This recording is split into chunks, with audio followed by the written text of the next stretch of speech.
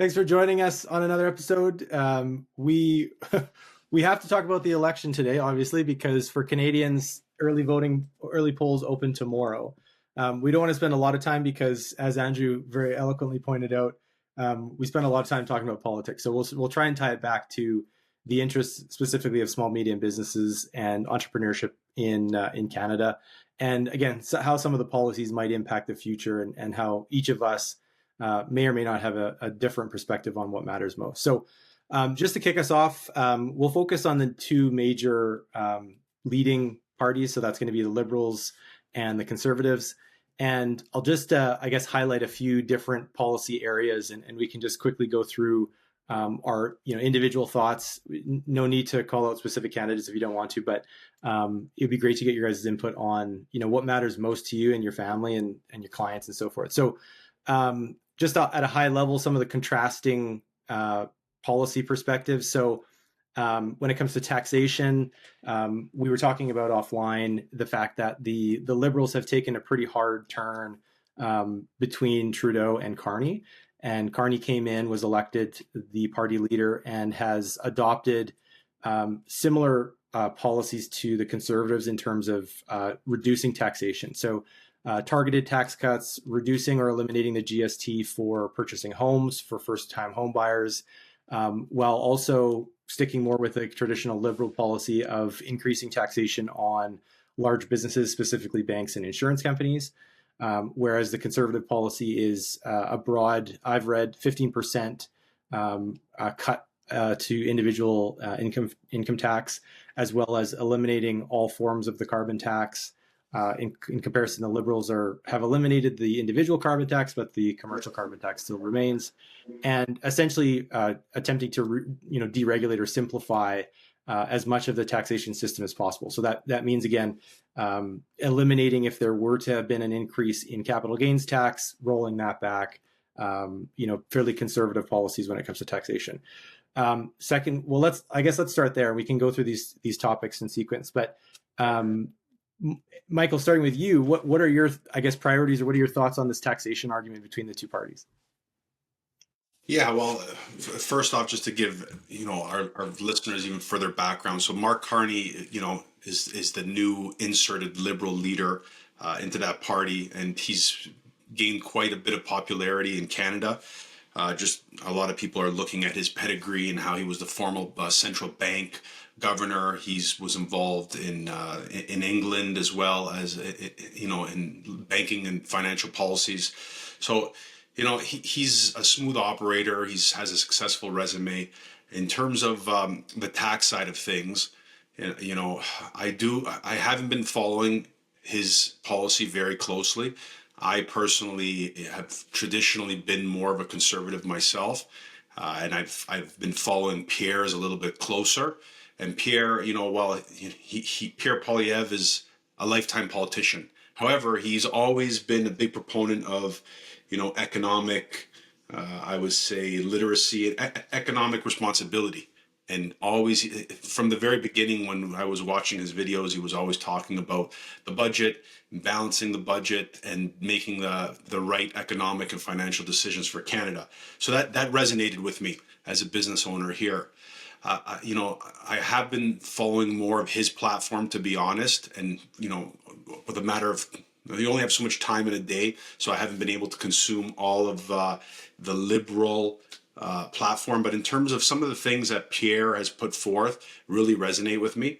And one of them that I was reading was, and I think we touched upon it briefly last podcast, maybe we want to talk about it more, but it's been coming up in conversation.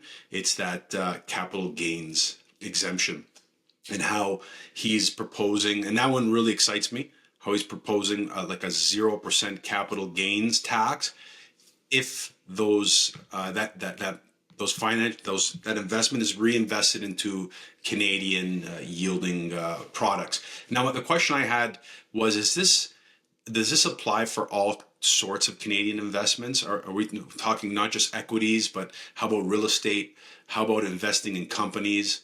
Anything Canadian related, if it's reinvested, would it qualify for this 0% tax rate? Is a tax deferred So it's basically you won't get taxed until the time you sell the other asset. But yeah, you're right. Like essentially, from what I understand, I mean, there's not much details around it, but from my understanding, that is yeah, it applies to any Canadian investment. It could be a rental property. It could be a any type of Canadian asset would qualify. Canadian companies, private Canadian corporation, Canadian equities. So yeah, anything. Yeah, I don't think that it would apply to real estate though, because they're trying to cool the real estate market somewhat. And I haven't seen any specifics whether it whether it applies to like Canadian debt, like the bond market or something like that. I would question whether or not it would apply to that. But But for the most, from the I guess from his short advertisement or whatever the Pierre release is that's what it's saying. And It what's pretty his, yeah we know his it stance is lower did pump in taxation. real estate in there as well. Okay, so interesting. that's Okay. pretty good. We know his stance is like smaller governments or lower taxation, but has he recently released any kind of numbers in terms of like what the corporate tax would look like, income tax at a federal level, or not really? Do you know, Kyle? Like if So he's the only thing I've seen again is headline figures. So essentially, we're going to reduce the tax rate across the board. So we're going to reduce regardless of what income bracket you're in. Income tax is going to be reduced by 15%. Another major headline number was doesn't apply to us, but the seniors essentially allowance. So the minimum amount of income that is not taxed, or the maximum, I should say. So he's proposing increasing that from 25,000 annually to 34,000 before the retired person, the senior, starts paying income tax on that. So but otherwise, yeah, like again, there's no hard and fast figures on exactly what other parts of the tax code he's gonna impact. Um, to your point, we talked last time about the opportunity for Canadians to get more invested in Canadian companies, and simplifying and making that flow of capital a lot easier, because it really isn't. Currently, it's obviously a lot easier to just open up a brokerage account and buy some U.S. stocks. And so that's definitely not something I've seen in any sort of political party platform that trying to encourage local investment. They definitely want to try and keep more capital in Canada. So that again, I can see if they're going to include the real estate piece, but it's definitely going to arguably just drive more inflation, more speculation in the real estate market. So yeah, Yeah, yeah, yeah, inflation is big. but listen, like I think he's, like what we have to focus on is sure, like you're driving the speculation and things like that. But if there's a good supply of new homes, affordable homes on the market, then it's supply and demand at the end of the day, right? yeah. That's the So housing you're and increasing the supply affordability here, crisis. and How are they going to address that, Andrew? Or like, how do you think they well, address I housing think. affordability? He did mention that, lower, the red tape, looking into the regulations, increasing permits, approval, at the municipal level, to increase the housing supply, right? I mean, if there's a large influx of housing supply out there, pricing should stabilize, and that's what we need to focus on. Yeah, so just to clarify, the high level liberal policy, they've announced a couple different things. So, in terms of the buy side, so the demand side, they're again proposing to eliminate GST on new home builds for first time home buyers below $1 million. Now, I personally don't see the need for that. Like, I think the demand is fine. I think that the supply is the issue and the pricing is the issue.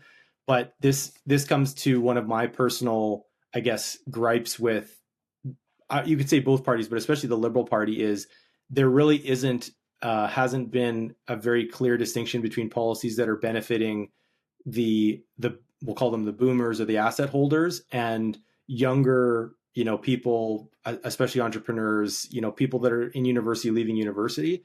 There's a big difference in policy between what the younger people want and what the older people want, because the older Yeah. people, for the most part, their retirements are predominantly funded by their real estate, their homes.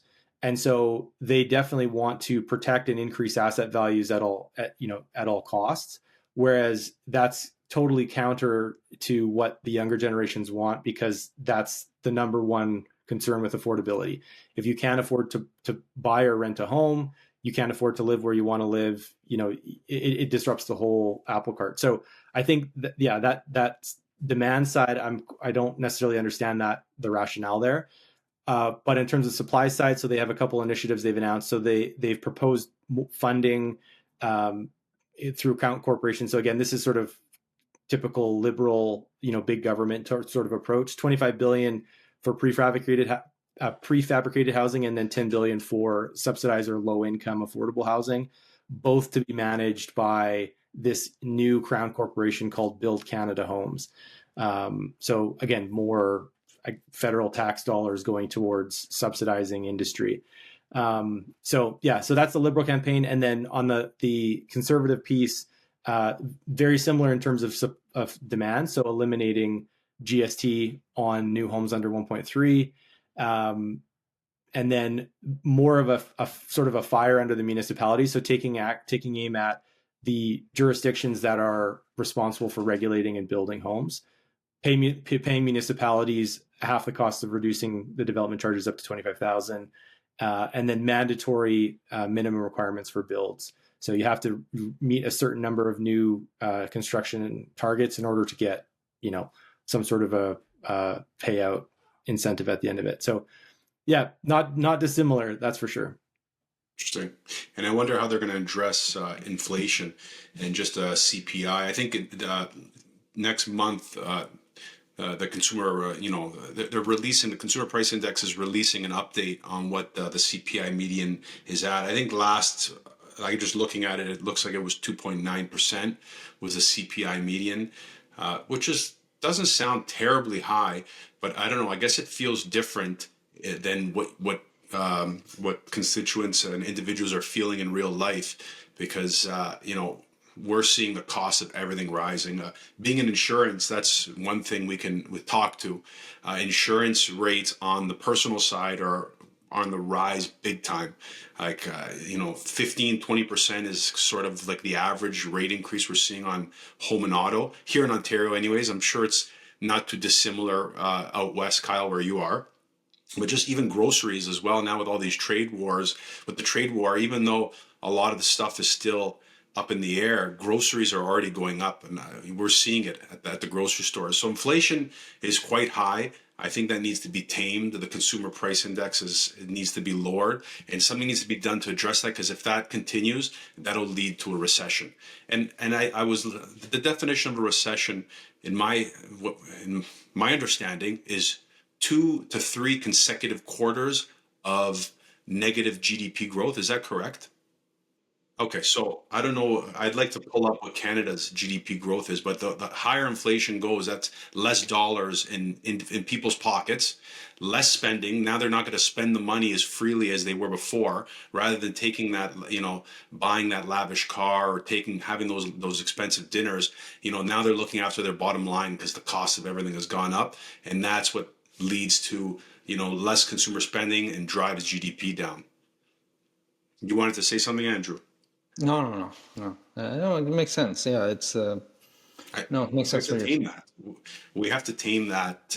The government needs to somehow tame that. I don't know how. Any ideas of how they can tame inflation? Inflation, I think it's competition, right? Like I find it ironic because there's this big, Team Canada effort to buy Canadian, and you see companies. I was shocked at the speed with which companies updated all their labels to be like, this is Canadian and this is not, and whatever, to try and incentivize people to buy their products. Yeah. But like at the end of the day, like if you have low competition, or there's a reason for somebody to raise their prices. So if I've got a Canadian product that's next to an American product that's twice as much, I can effectively afford to raise my price by 50%, and I'll still be price competitive, right? And so there's a little bit of that. We saw that during COVID, especially, where the supply demand shocks started hitting, and then people were opportunistic and started increasing their prices because they could. And so I definitely think that the only real long-term, short-term and long-term solution to that is competition, because that will start to drive down prices. And Canada is notoriously bad for that, right? We don't allow, a lot of foreign investment. We don't allow a lot of foreign ownership. It's, we do have very high tariffs. We've had high tariffs for decades to try and protect certain industries. So yeah, until we're going to really play ball and be okay with, and let's be fair, the competition is going to hurt a lot of Canadian interests, right? If it's low cost coming in from another jurisdiction, it's good for the consumer. It's bad for the producer if that producer is Canadian. So Yeah. Yeah, economics 101, supply and demand. So you're saying our supply is limited here, therefore, the demand is, it's squeezed. It's squeezed because the supply is so low. So we need more supply, more competition. Therefore, the buyers have more leverage. yeah, and tariffs obviously have a lot to do with it. Like if everything is getting taxed except for one product, then there's no incentive for that one product to be priced, effectively.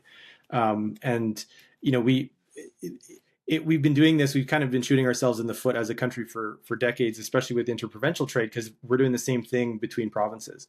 We're saying, hey, we got to protect our interests, against yours, and therefore products that are, let's say a classic example is people in Alberta trying to buy BC goods.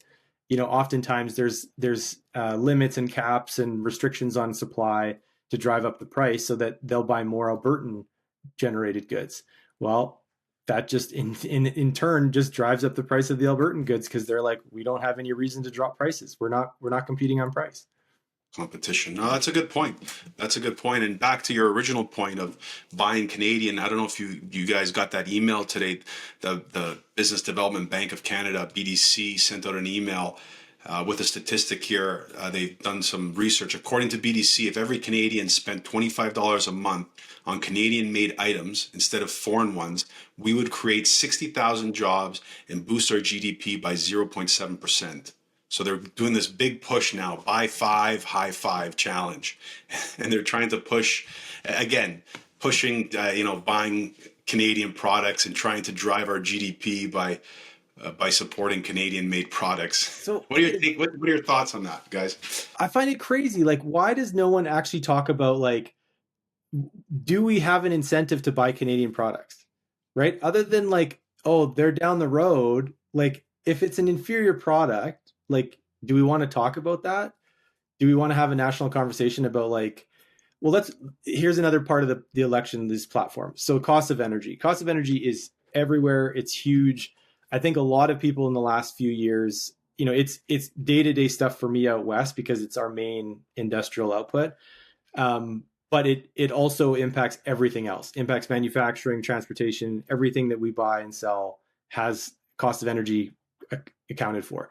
And it's interesting because what in my bubble, in my group, the lessons learned, especially in places like Europe, where they've had very unstable sources of energy.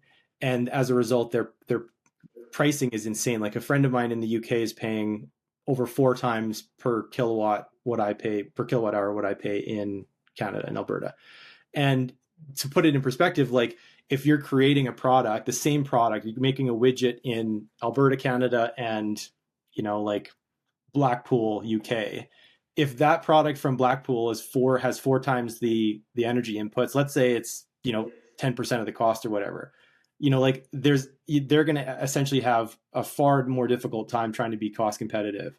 And so anyways, getting to the point was, I think a lot of Canadians are starting to clue into the fact that the initial, green energy sort of push, EVs, sustainability, carbon pricing, all that kind of stuff really didn't actually do a whole lot to change behavior. And it's just been a massive drag and massive, tax on production.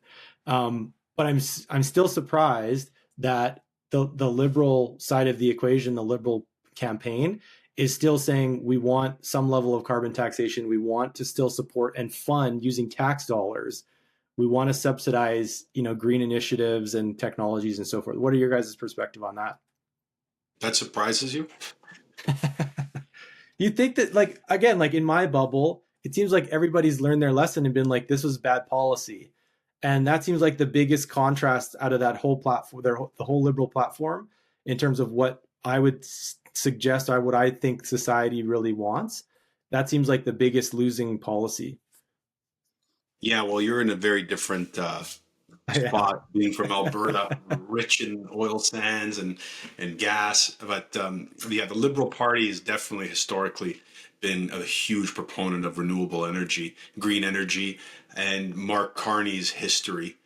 He's on every board you can think of for climate change, and I guess the climate change activists continue to push green energy as a sustainable source of power of energy. They see it as a economically or environmentally stable source of renewable energy. So yeah, it doesn't surprise me that they're continuing to push that. You may have a big new customer though with U.S. and China tensions. I don't know. I heard that the U.S. or China gets some percentage of oil or gas from the U.S.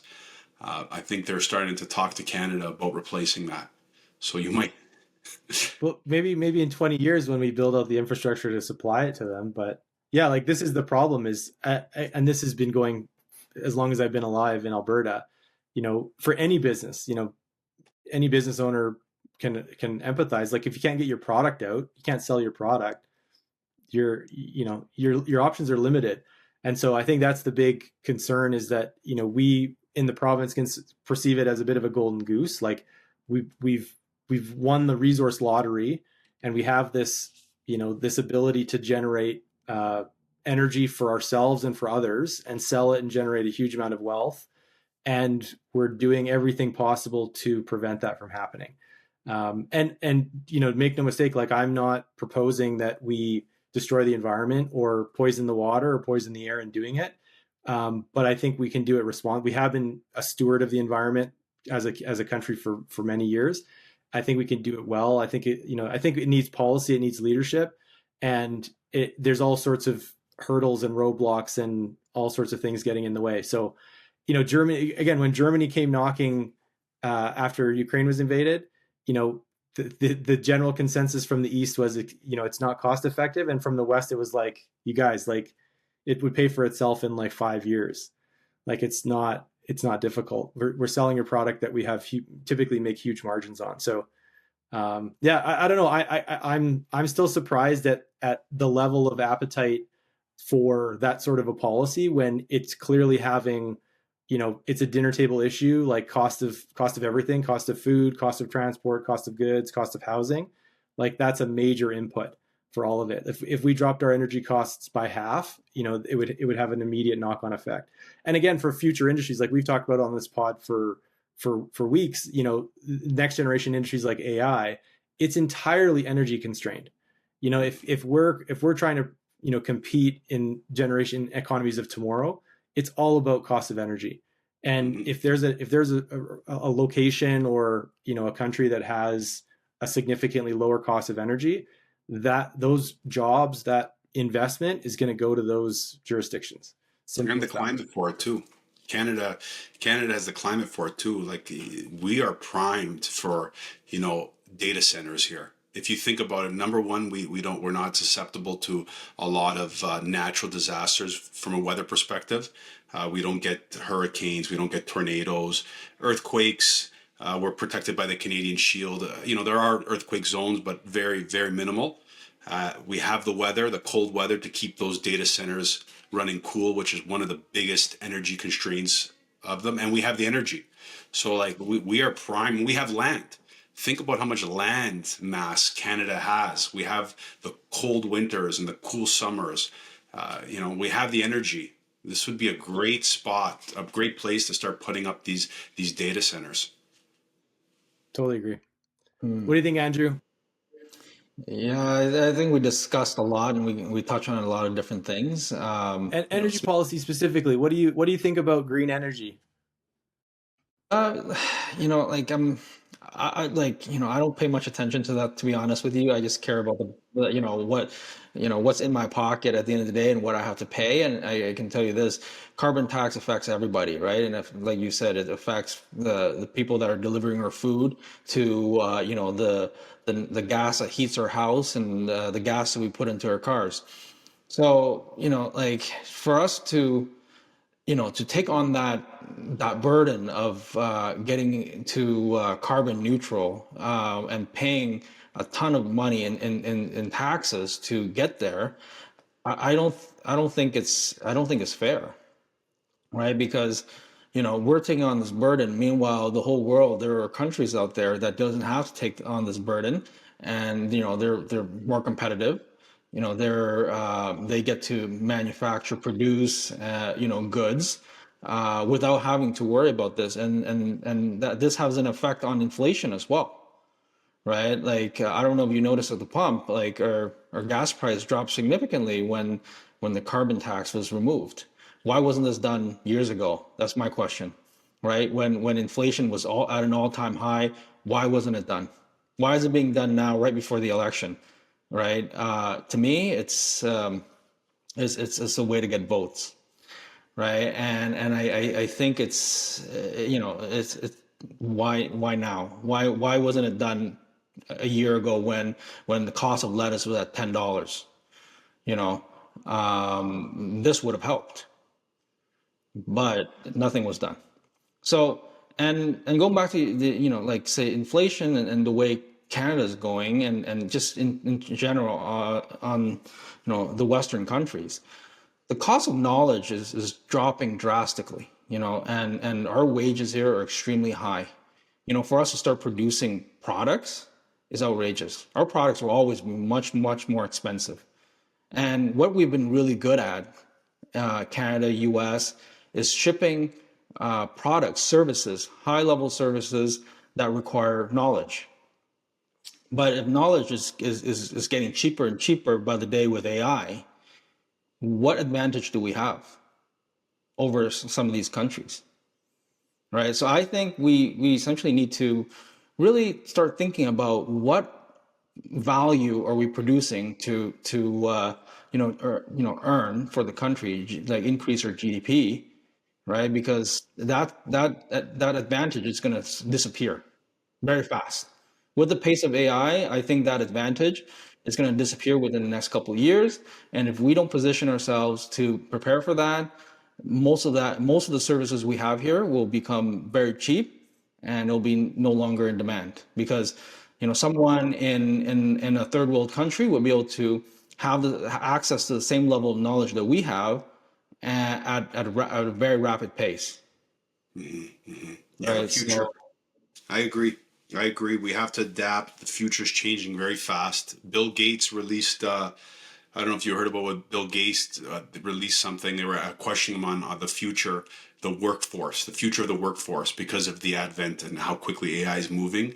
And he's predicting, and you know what, this is a good talking point too. He's predicting the average workforce is going to move to a 2-day work week.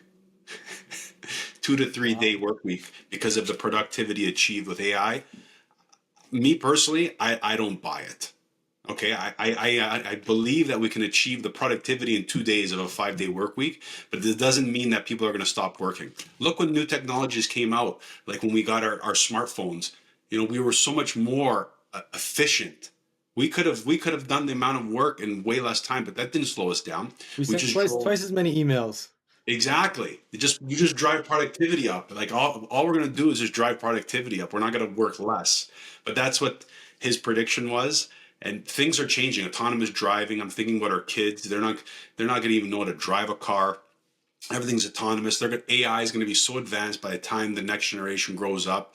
Andrew's right. Knowledge will be worthless. It'll be worth nothing. Knowledge. So I agree with you both. I think the interesting thing is going to be how is that knowledge applied? And one of the industries, so again, we can use one that's closer to home for you guys, like auto, so manufacturing in two sort of realms. So generic sort of, traditional assembly. So an automaker OEM would open up a factory and then it would hire a bunch of people to put cars together. and the supply of those parts would come from all over the world, some domestically made, most from elsewhere. And then this sort of second generation, which we're getting into more of like, electric and battery production and so forth. Where do you guys see I guess that comparative advantage or the strengths and weaknesses of investing in, Central or Eastern Canada for those historically,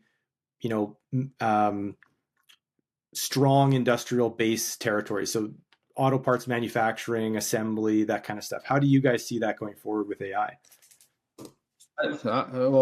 I think there's going to be a lot more automation. There's going to be a lot more robotics as AI continue to advance. We're already seeing some really advanced factories in other parts of the world. I don't see why, we wouldn't invest in any of that stuff, right? But what I think is, one of the Canada's biggest industry, banking, investments, like those, engineering, like those have always been very, very valuable, right? Especially engineering. Like we, like KPMG, Deloitte, all these big firms are hired by governments around the world to essentially act as a consultant for certain projects. But that's no longer in demand, because if the knowledge is easily accessible, why do I need to hire these experts? So I think the value of experts and expert knowledge is going to drop significantly. And that's that, like, putting even like industrial, you're like bringing back to industrial, like, certain things like setting up in like factories, setting out plans, like basically all that knowledge can be accessed now, which is traditionally you need to hire somebody, and then this person is very expensive, and you have to hire them from a very specific domain, say in Germany or something like that, and that person has to come from that country to bring that knowledge here. But that's no longer needed. That's what we've been shipping. This is what we've been doing, guys. Like like this is why Silicon Valley is so valuable. We've been shipping this knowledge around the world, but now, like it's slowly disappearing, that competitive advantage, which is scary in my opinion. And if we don't set ourselves up for success in the next decade with AI in mind, we're going to fall behind. No, it's true. We have to think of some industries that will continue to thrive, and I think energy is one of them. Manufacturing, for sure. Manufacturing, we should be focusing on manufacturing, logistics, finance, like Andrew mentioned, because a lot of these other industries are going to be not obsolete, but there's going to be a lot of loss of jobs in these industries with where AI is going. And we're so quick, all of us, we're so quick to adopt AI because it gives us that instant dopamine hit. It's like, wow, I use this AI and it's like giving me these amazing results right away, like instantaneous. And we just want more and more of it, but we're not realizing that there's a trade-off for that. We're trading off a lot for this, and we're not realizing what the repercussions are going to be. And in the future, there's going to be a lot less need for a lot of people, and we're feeding all this knowledge into the system now, and we're just continuing to improve it and get it better and better, because we want that instant quick answer. I want that answer in 30 seconds. And now we're going to have to, like you guys are talking about, we're going to have to pivot and make sure that we're in a position as business leaders and as a country to leverage this technology and not be made obsolete by it. Yeah. So I think what we need to focus on as a country, as business owners, is to be at the forefront of innovation. We need to innovate. We need to find ways to innovate, and we need to use AI to help us innovate further, and really maintain that edge that we've had for decades on engineering. We need to basically produce the best AI model possible. We need to have the best application on AI, and we need to continuously push that, because now other countries are going to push ahead way faster. Like look at what happened a couple months ago with DeepSeek. Right. This is what I'm talking about, is that other countries have access to the same technology, and they're innovating, and they're innovating very fast. So we need to kind of, be at that forefront and embrace new technology, understand them, and push forward. I think that's the only way to get ahead in the future. right? We can't be thinking like how it was like 20, 30 years ago. Like those industries are gone. What got you here won't get you there. So, what's your Exactly. hot take, Kyle? Like, what do you think? That's good, Andrew. What do you think where we should position ourselves as business owners, as business leaders, and as a country to capitalize on this wave of AI that's Yeah, no, I think we've talked about it at length, which is, I think it all comes down to comparative advantage, which is what can we do better than anyone else, or what's a hack that we can employ that other people can't take advantage of. And if we can compare ourselves to like, the DeepSeek example, like we're probably never going to be able to compete in that sort of realm with countries like China and the US. So we need to really pick a niche or something, some sort of an offshoot, and do that really really well. I don't see us competing in, for example, in semiconductor production, or possibly the technologies like lithography that goes into producing GPUs and silicon, but I don't see us actually manufacturing being a big win.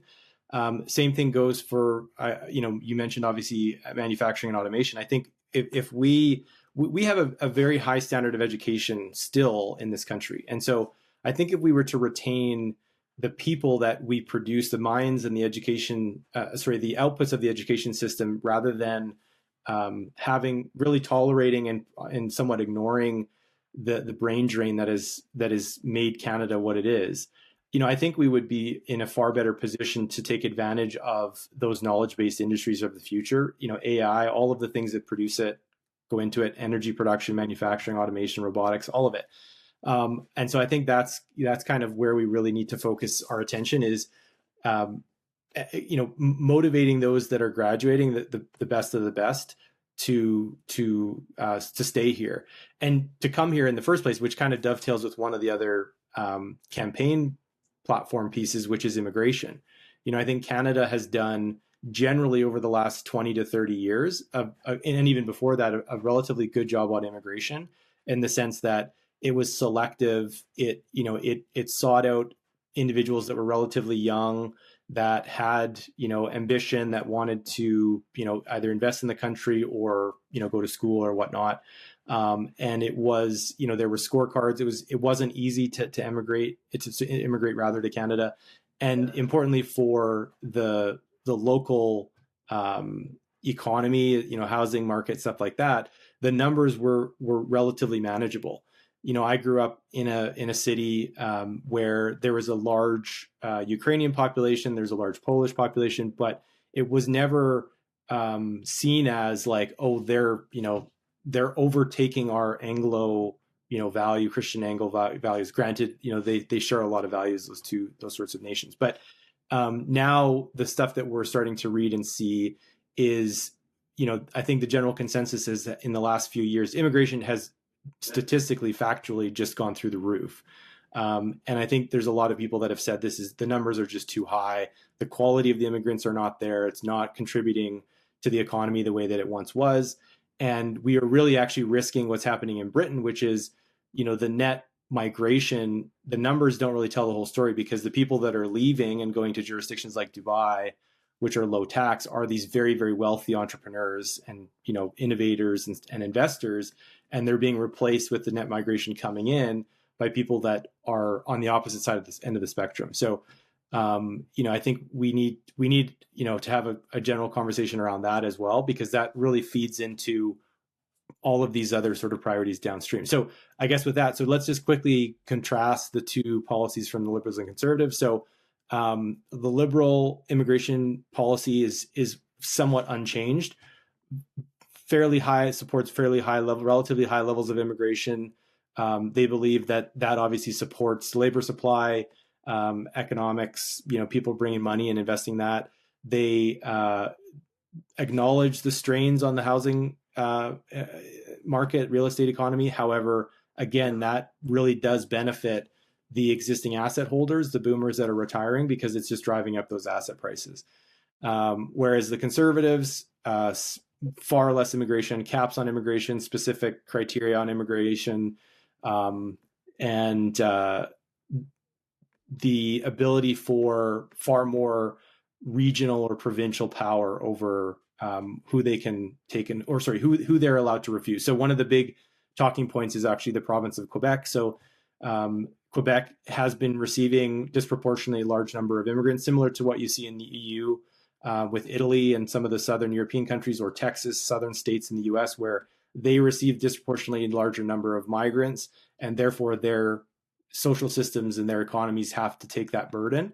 Quebec is essentially saying the same argument, which is either you're going to let us manage our inflows or you're going to give us money, federal money to support them. So yeah, anyways, long-winded answer, but I do think that we can be successful and we can compete, but we have to be very specific about it. And I do think a lot of it hinges on people, what we do with our resources, our people, our brains, and being very selective and very choosy and almost elitist about who's enabled to come to the country and what do we expect of them when we're in the country.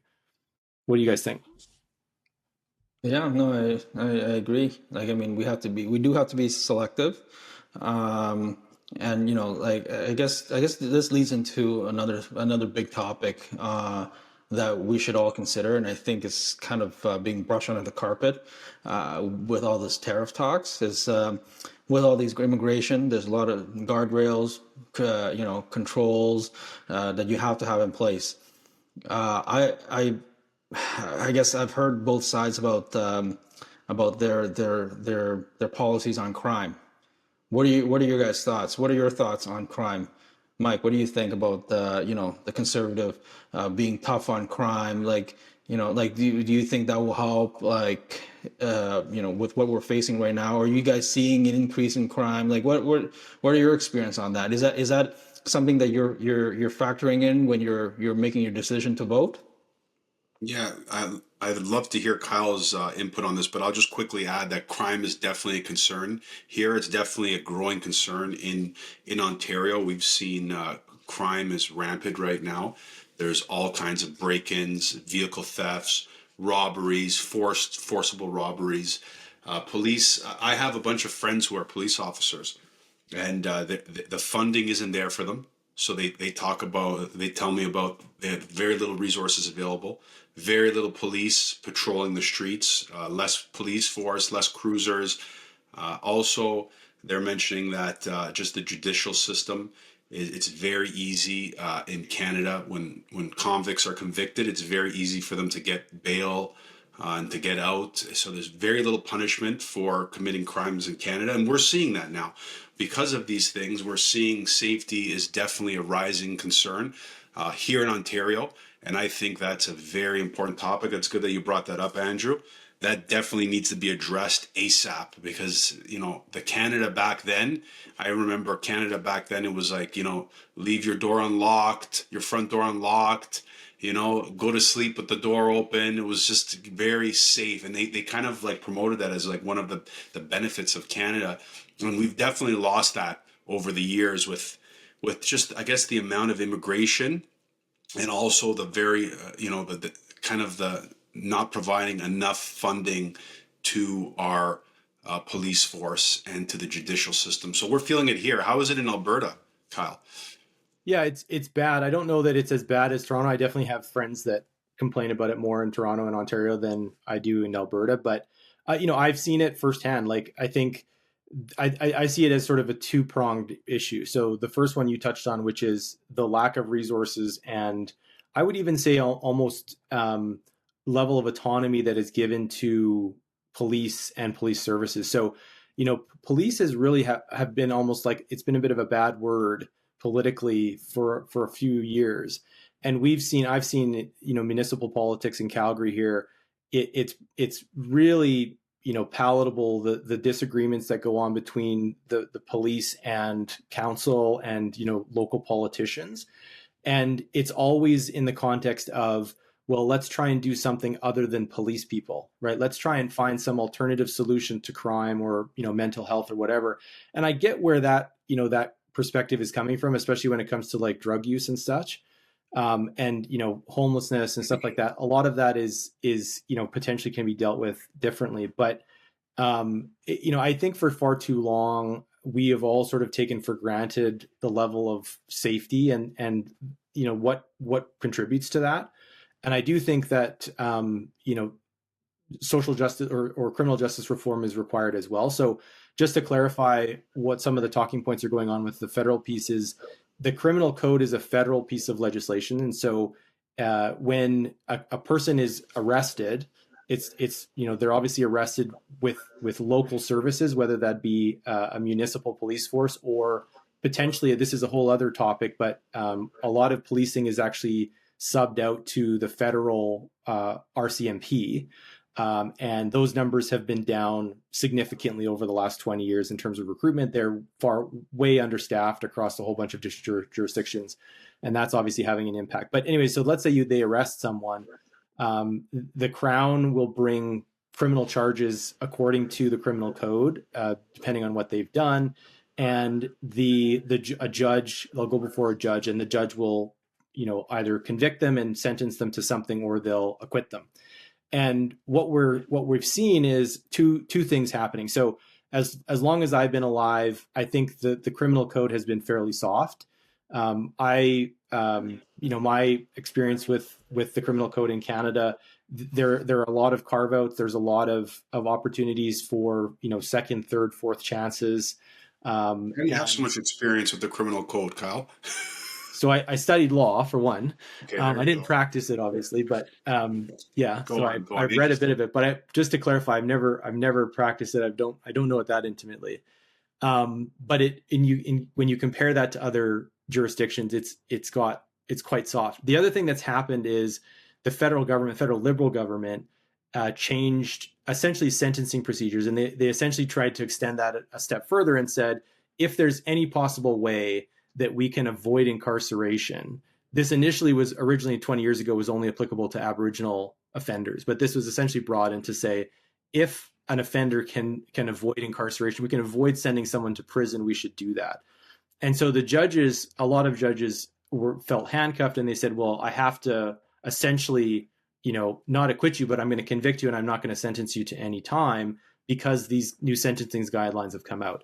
And what that has led to is essentially a criminal being arrested and convicted, and then returned to the public for them to reoffend and be convicted all over again. And anecdotally, like some of the sentiment we've heard of locally from the police forces and officers is, this is a massive waste of time, right? Like, I'm going to see the same guy over and over and over again. I'm going to arrest him for the same crime. He's going to get tried and convicted for the same crime, and he's going to wind up back where he started.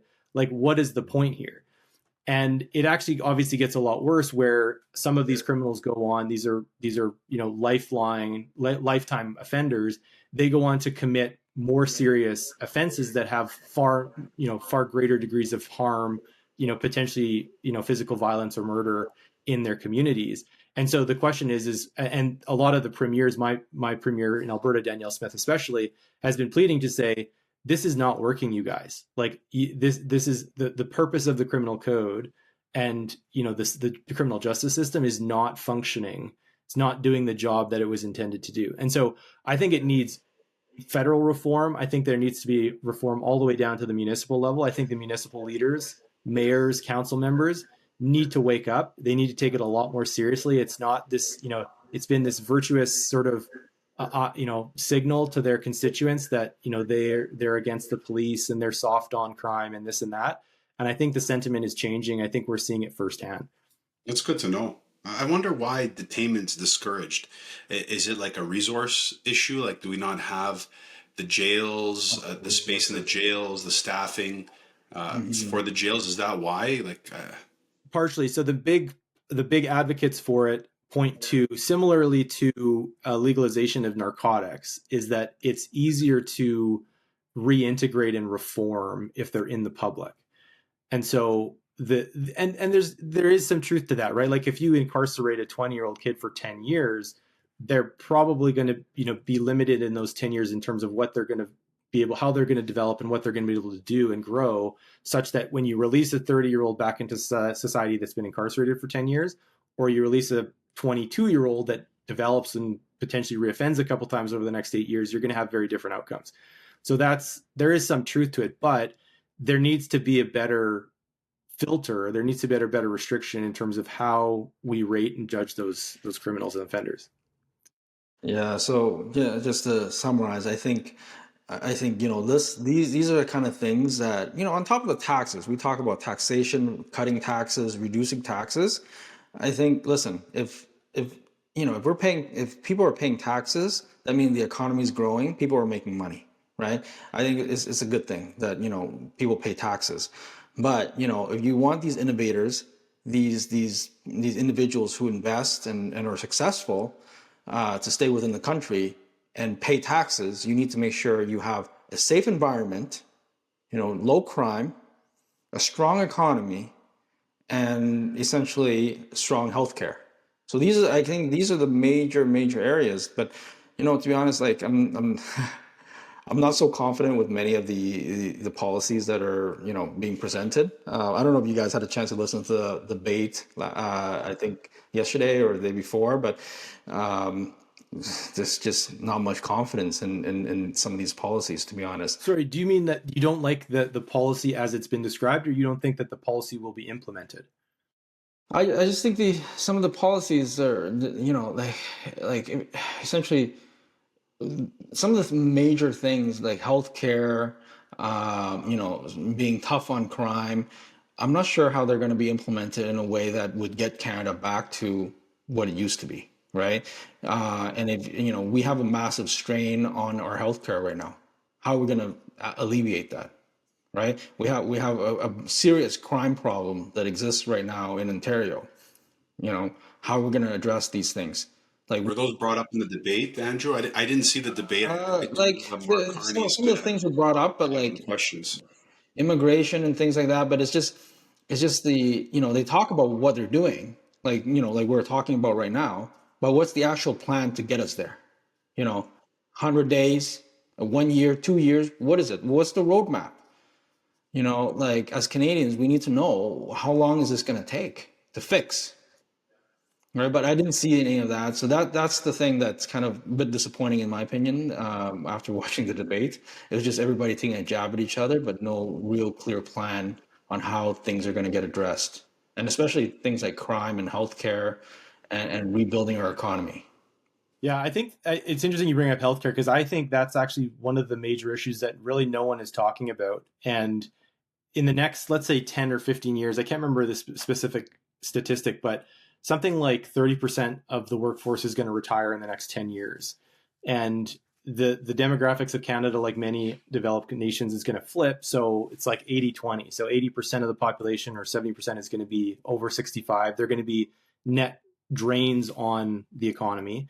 And the number one, especially in a country with socialized medicine, that's the number one ticket, right? That's the number one cost. And so if we think things are bad now, can we imagine how bad they're going to get when there's half as many, but significantly fewer working people?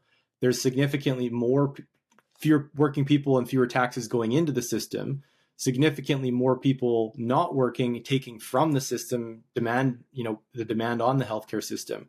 Like that's not a pretty picture. And to see, waiting rooms and emergency services, people dying, waiting for, in the ER, like it's going to be pretty catastrophic. So I'm surprised that people aren't talking about it. I think it's one of these issues that I think a lot of people have heard about, and they're kind of like, well, I don't really want to think about it. I don't think there's an easy fix, which there probably isn't. And therefore it's better to just kick the can down the road. What do you guys think? No, I think that's a great point, Andrew. Because crime. I think Pierre did mention some things on crime.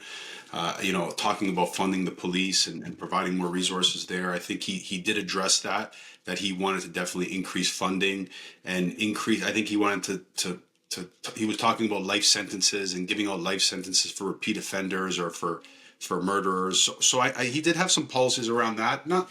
Not particularly really strong, but in the right direction.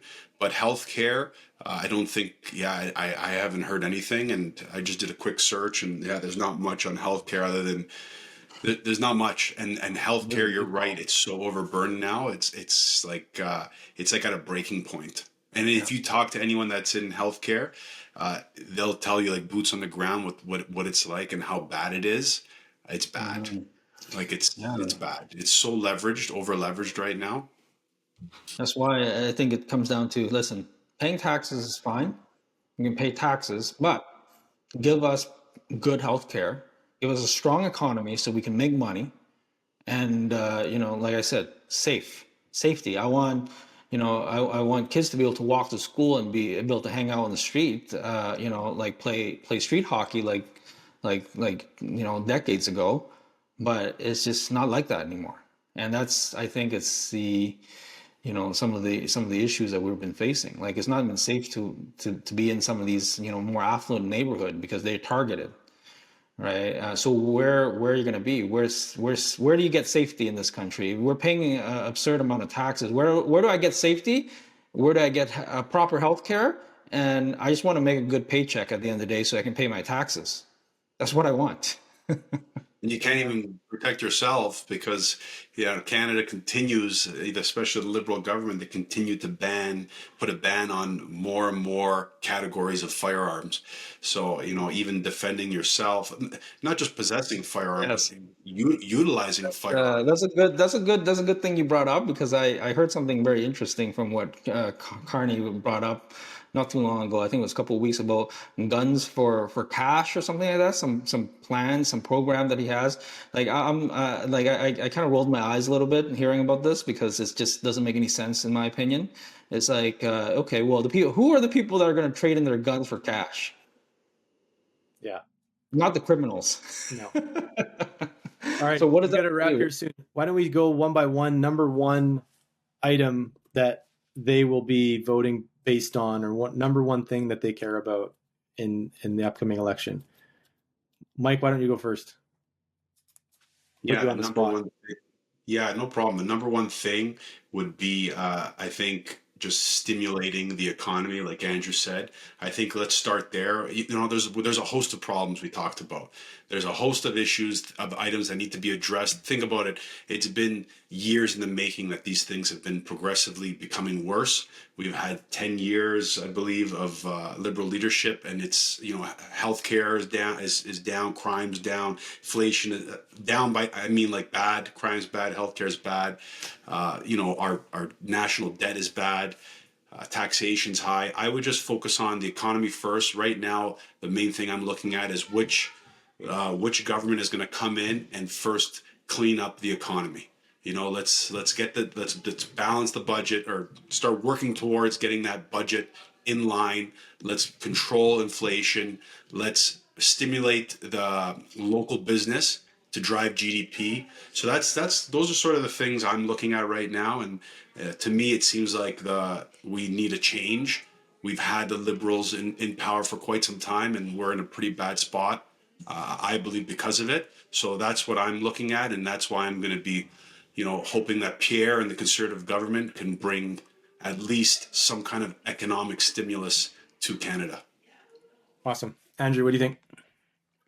Um, I think I have to agree with Mike on this one. The main thing for me is the economy. I think what are we going to do to drive innovation, drive business owners to start businesses, to create jobs? I would like to see in the government a government that's going to help us open up new trade opportunities. I think trades is what kind of bolster an economy in the world, and so essentially create new trading partners. Create stronger ties with other countries to help us trade more, to help us essentially prop up the economy. Like, that's, at the end of the day, that is the solution, because a stronger economy, we can pay more taxes into the government, solve some of these problems that we have right now, such as healthcare and crime. So the Exactly. You need economy. money to solve those issues, and without money, we can't solve those issues. Yeah. I Exactly. agree. You, Awesome. Kyle? So I'm going to take somewhat of a different approach. I agree with both of you. I'm going to take somewhat of a Doge-esque perspective, and I would like to see, and I don't think any party necessarily. Well, the Conservatives have definitely would do more on this file, but they're not. Neither of them have been outward vocally about it, which is the waste, fraud, and abuse sort of stuff that happens in government. Something that really annoys me that I don't see a lot of people talking about is the fact that in Canada, more than 1 in 4 people is paid with tax dollars, from all the way from a municipal up to federal level, and it's expanded significantly in recent years, on payroll for the federal government, as well as all sorts of, what I would consider to be grift, which is billions and billions, tens of billions of dollars to consultants and friends and stuff like that. I find that really, frankly disgusting. I think it's counterproductive for the country. I think, it's pure grift, and it's one of the things that annoys me the most of politics. So I think having a fresh government in power, it gives them an opportunity. There's no question that nobody's going to be perfect, but it gives them an opportunity to sort of clear the ranks a bit. And hopefully we'll see, if there is a change in party, then we'll see some reforms that are far more logical and focused on, average everyday Canadians. And let's be honest, like, people that are right now, plugging away in the public sector that really aren't adding any value, they would be better off adding value in the private sector, whether they be entrepreneurs or otherwise. So it would definitely have a net benefit for all of us. So I think that's a big one for me. So awesome. Well, why don't we leave it there? Interested to see we'll probably know by the next time we get together the direction the country's headed, or maybe 2 weeks, 2 episodes, but good conversation, and look forward to seeing you guys on the next one. Absolutely. Cheers all.